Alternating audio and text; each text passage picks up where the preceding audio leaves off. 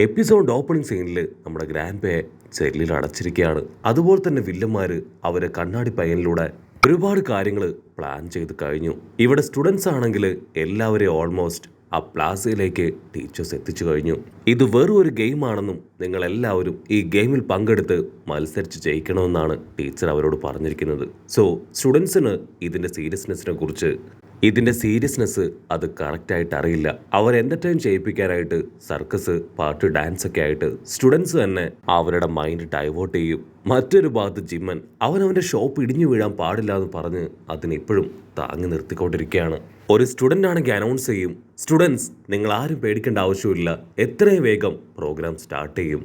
അപ്പോൾ അവിടുന്ന് അങ്ങനെ കട്ട് ചെയ്ത് നമ്മുടെ ഹീറോ അവനിപ്പോൾ ആ 3rd ഇയർ ബിൽഡിങ്ങിലെത്തി കണ്ണാടി പയ്യൻ അവൻ ഒളിഞ്ഞിരിക്കുന്ന ആ ഒരു സീക്രട്ട് റൂമിലേക്ക് വരികയാണ്. അവൻ ഫസ്റ്റ് ഡോർ ഓപ്പൺ ചെയ്യും. പക്ഷെ ഇപ്പോൾ അവന്റെ മുൻപിൽ വേറൊരു ഡോറ് പ്രത്യക്ഷമായിരിക്കുകയാണ്. ഹീറോ അതിൽ ആഞ്ഞടിക്കും. അടുത്ത നിമിഷം കണ്ണാടി പയ്യൻ അത് ഓപ്പൺ ചെയ്ത് കൊടുക്കും. ഹീറോ അങ്ങനെ തെറിച്ച് അകത്തേക്ക് വീഴുകയാണ്. ഹീറോ ആണെങ്കിൽ അവന്റെ ഇപ്പോഴത്തെ ലുക്കും എക്സ്പ്രഷനും ഒക്കെ കണ്ട് ഷോക്കാവും. സത്യം പറയും, ഇതിനെല്ലാം കാരണക്കാരൻ നീയല്ലേ?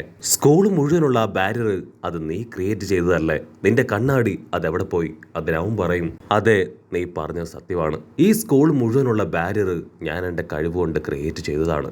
നിനക്ക് ഞാനൊരു സൂത്രം കാണിച്ചു തരാം. അവനാണെങ്കിൽ ഹീറോയെ ഇപ്പോൾ ഒരു സ്ഥലത്തേക്ക് കൂട്ടിക്കൊണ്ടു പോകും.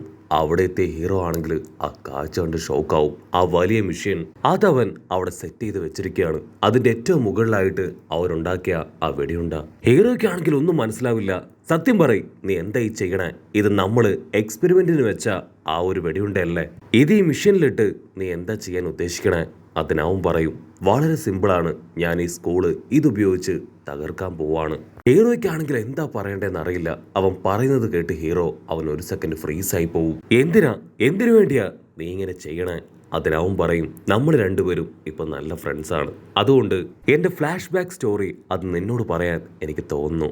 ആക്ച്വലി വളരെ പണ്ട് എന്റെ ഫാമിലിയാണ് കിങ്ഡത്തിന് ആവശ്യമായിട്ടുണ്ടായിരുന്ന അയൺ ബാരിയേഴ്സ് മുഴുവൻ കൊടുത്തിരുന്നത്. കണ്ണാടി പയ്യനാണെങ്കിൽ വളരെ ചെറുപ്പത്തിൽ തന്നെ മാജിക് വളരെ കുറവാണെന്ന് തിരിച്ചറിഞ്ഞ അവന്റെ ഫാമിലിയിലുള്ളവര് അവരാണെങ്കിൽ അവനെ ഒറ്റപ്പെടുത്തി വെറുത്തു തള്ളിക്കളഞ്ഞു. അവന്റെ അമ്മ പോലും അവനെ ആട്ടി പുറത്താക്കി മറ്റുള്ളവർക്ക് എന്തു വേണമെങ്കിലും ചെയ്യാനുള്ള ഒരു കളിപ്പാട്ടം പോലെ അവനെ പുറത്തേക്ക് എറിഞ്ഞു. വർഷങ്ങൾക്ക് ശേഷം കണ്ണാടി പയ്യൻ അവൻ ഗാർഡൻ സ്കൂളിൽ ചേർന്ന് പഠിക്കാനായിട്ട് തുടങ്ങി. അവിടെയുള്ള സ്റ്റുഡൻസ് എല്ലാവരും മാജിക് കുറവാണ് എന്നൊരൊറ്റ കാരണത്താൽ അവനെ റൗണ്ട് ചെയ്ത് കളിയാക്കിക്കൊണ്ടേയിരുന്നു.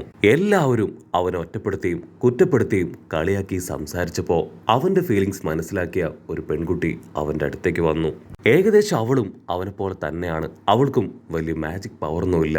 അവർ രണ്ടുപേരും പതിയെ നല്ല തിക് ഫ്രണ്ട്സായി. കണ്ണാടി പയ്യൻ അവന്റെ ചെറിയ മാജിക് ഉപയോഗിച്ച് അവൻ ചെയ്യാൻ കഴിയുന്ന ആ വാൾ മാജിക് അത് അവൾക്ക് ചെയ്ത് കാണിച്ചു കൊടുക്കും. അവളാണെങ്കിൽ ഭയങ്കരമായിട്ട് ഇംപ്രസ്ഡ് ആയിട്ട് അവളുടെ ലക്കി ചാം അതവന് തൊട്ടു നോക്കാനും കാണാനൊക്കെ ആയിട്ട് കൊടുക്കുകയാണ്. അവരങ്ങനെ ഹാപ്പി ആയിട്ട് നിൽക്കുന്ന സമയത്ത് ഒരുപാട് സ്റ്റുഡൻസ് ഒക്കെ വന്ന് അവളുടെ ലക്കി ചാം അത് തട്ടിയെടുക്കും. അവൾ ഒരുപാട് സങ്കടത്തിലും ദേഷ്യത്തിലും നിലവിളിച്ച് കരയും. അവർ ആ ലക്കി ചാം അത് അടുത്തുണ്ടായിരുന്ന ഒരാറ്റിലേക്ക് വലിച്ചെറിഞ്ഞു. ഞാൻ എൻ്റെ വാൾ പവർ ഉപയോഗിച്ച് അതിനെ വീഴാതെ താങ്ങി നിർത്തി. പക്ഷെ ഒരു സെക്കൻഡ് എൻ്റെ കോൺസെൻട്രേഷൻ മിസ്സായി. വാള് തകർന്ന് അത് വെള്ളത്തിലേക്ക് വീണു.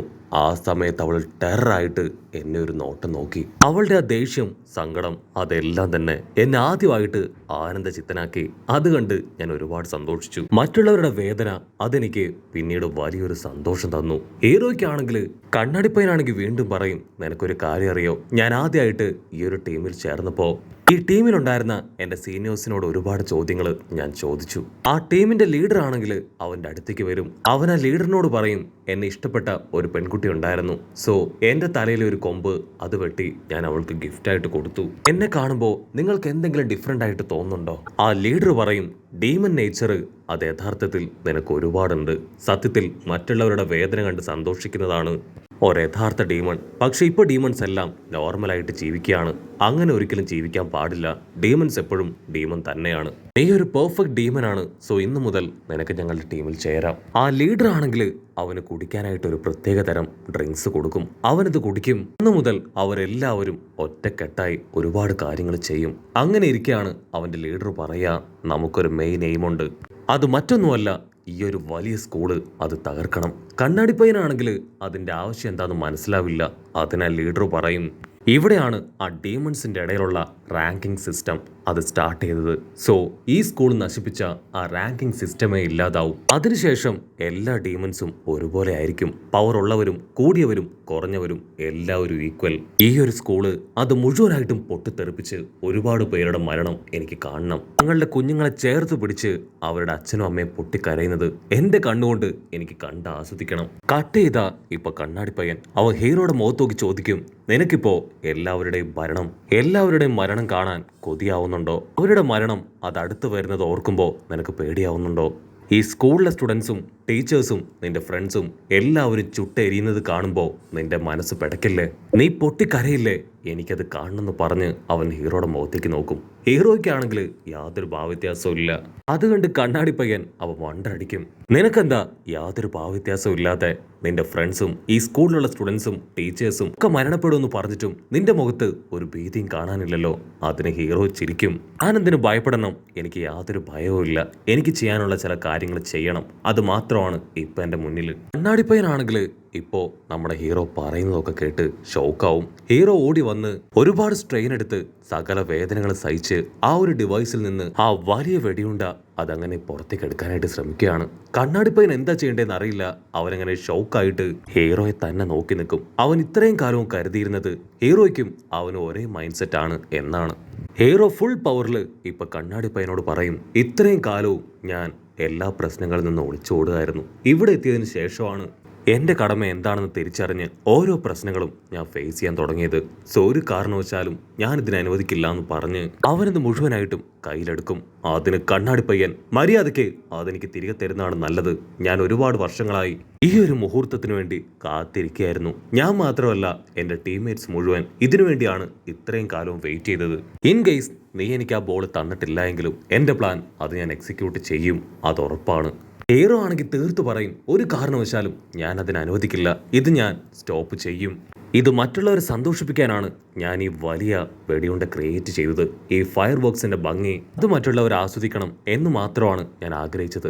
ആരും ഇത് കാരണം ഹേർട്ട് ആവാൻ പാടില്ല, ഞാൻ അനുവദിക്കില്ല. ഇവരിങ്ങനെ ഓരോരോ കാര്യങ്ങൾ പറഞ്ഞ് പരസ്പരം തർക്കിക്കും. അതേസമയം ഇവിടെയാണെങ്കിൽ അനൗൺസ്മെന്റ് മുഴങ്ങാണ്. 30 സെക്കൻഡ്സ് മാത്രമാണ് ആ പാർട്ടി തുടങ്ങാൻ ബാക്കി. 30 സെക്കൻഡ്സ് കഴിഞ്ഞാൽ ആ ബെല്ല് റിങ് ചെയ്യും. അതിനോടൊപ്പം തന്നെ ആ ബെല്ല് റിങ് ചെയ്യും, പാർട്ടി സ്റ്റാർട്ടാവും. ഹീറോ ആണെങ്കിൽ അടുത്ത നിമിഷം ആ ഒരു വലിയ വെടിയുണ്ട അതുമായിട്ട് പുറത്തേക്ക് ചാടി റിങ്ങിലുള്ള മുഴുവൻ മാജിക് പവർ ഉപയോഗിച്ച് അത് ദൂരേക്ക് തെറിപ്പിക്കാനായിട്ട് ശ്രമിക്കും. പക്ഷെ കണ്ണാടി പയ്യന്റെ ആ ബാരിയർ അതാണെങ്കിൽ ആ മാജിക് പവറിന് തകർക്കാനാവില്ല. ഹീറോയുടെ നിസ്സഹായ അവസ്ഥ കണ്ട് കണ്ണാടി പയ്യൻ ചിരിക്കുകയാണ്. ഹീറോ ഒരു സെക്കൻഡ് ഗ്രാൻഡ്പ പറഞ്ഞ കാര്യം ആലോചിക്കും. ഒരു എമർജൻസി മന്ത്രം അത് ഗ്രാൻഡ്പ അവന് പറഞ്ഞു കൊടുത്തിട്ടുണ്ട്. അവൻ ആ മന്ത്രം ഉരുവിടേണ്ട താമസം അടുത്ത സെക്കൻഡ് ആ ബാരിയർ തകർന്ന് ആ വലിയ വെടിയുണ്ട അത് പുറത്തേക്ക് പോകും. ആ ബാരിയർ മുഴുവനായിട്ടും തകർന്ന് ആ വലിയ വെടിയുണ്ട അത് മുകളിൽ പോയി പൊട്ടി അങ്ങോട്ട് തെറിക്കും. ആ ഫയർ വർക്സ് കണ്ട് കുട്ടികൾ എല്ലാവരും സന്തോഷത്തിൽ തുള്ളിച്ചാടും. പാർട്ടി തുടങ്ങാനുള്ള ബെല്ല് മുഴങ്ങും. എല്ലാവരും സന്തോഷത്തിൽ തുള്ളിച്ചാടും. കട്ട് ചെയ്താ ഇവിടെ കണ്ണാടി പയ്യൻ അവനാണെങ്കിൽ ചെറിയൊരു ബാരിയർ ക്രിയേറ്റ് ചെയ്ത് അതിൽ ഹീറോയെ ക്യാച്ച് ചെയ്യും. അവൻ ഹീറോയോട് ചോദിക്കും, നീ എന്തിനത് ചെയ്തു? ഇത്രയും കാലത്തെയും എന്റെ കഷ്ടപ്പാടാണ് നീ തകർത്തത്. നിന്റെ പ്രൊട്ടക്ഷൻ പോലും നോക്കാതെ നീ ഇത് ചെയ്തതിലാണ് എനിക്ക് ഏറ്റവും വലിയ അത്ഭുതം. ഹീറോയുടെ ആ ഒരു ആറ്റിറ്റ്യൂഡ് അതിപ്പോ കണ്ണാടി പയ്യലിലും ചെറിയ ചെറിയ ചേഞ്ചസ് ഉണ്ടാക്കാൻ തുടങ്ങിക്കഴിഞ്ഞു. അവൻ ഹീറോയെ പതിയെ താഴെ ഇറക്കുന്നതോടു കൂടെ ഈ ഒരു എപ്പിസോഡും അവസാനിക്കുന്നു.